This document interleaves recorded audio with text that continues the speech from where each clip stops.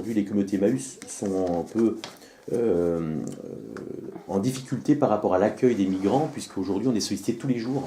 Tous les jours on a des personnes qui appellent, alors des personnes elles-mêmes ou alors des associations, des particuliers qui justement accueillent de manière provisoire, temporaire. Et aujourd'hui on est vraiment nous en détresse parce qu'on ne sait pas que leur répondre, si ce n'est de leur dire bah non, on n'a pas de place, on peut pas vous accueillir. Et c'est pas simplement, c'est plus des personnes seules aujourd'hui, c'est plus que des hommes puisqu'on est dans la mixité. On a que des familles aujourd'hui en communauté, ce qui n'était pas le cas il y a ne serait-ce que 5-10 ans. Et du coup c'est une réalité. Donc aujourd'hui 100 pour Antoine c'est une réponse parmi tant d'autres. Aujourd'hui nous au sein du mouvement Emmaüs on se pose des questions pour savoir comment on peut développer d'autres communautés.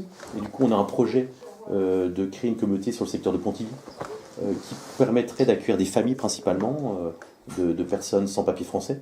Donc voilà, c'est aussi quelle alternative on peut trouver aujourd'hui au sein du mouvement, quelle alternative on peut trouver à l'extérieur en lien avec des associations comme 100 pour Antoine, et comment effectivement on peut permettre aux gens, au grand public d'être sensibilisés et à leur tour d'être des acteurs solidaires pour aider les plus souffrants. Parce qu'en fait, à Rédéné, ça fait 50 ans que Emmaüs s'est installé. Là, voilà, on va fêter le 13 octobre 2018, on fête les 50 ans. Donc, oui. Ça va être une grosse fête. Ça va être une belle fête, ouais. Une belle fête. On aura l'occasion d'en reparler ultérieurement. Alors, moi, ce que je voulais également dire par rapport à ce qu'on vit là avec Arzano, le Bach-Closu, je leur ai dit à Sylvie et Maurice la dernière fois quand je suis passé que c'est pas neutre le fait qu'on soit accueilli je pense à Arzano, c'est parce qu'on est face aussi à des personnes humaines qui ont une grande sensibilité et qui font aussi de leur côté, ils donnent beaucoup.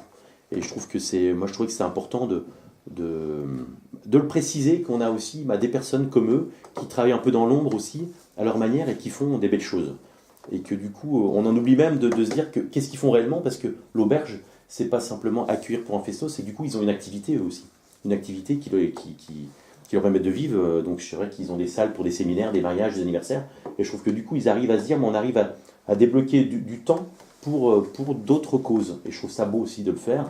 Et souvent, on n'en parle pas assez de ce que font les personnes. Ils parlent avec leur cœur aussi, quoi. Donc voilà, je voulais le préciser. C'est important.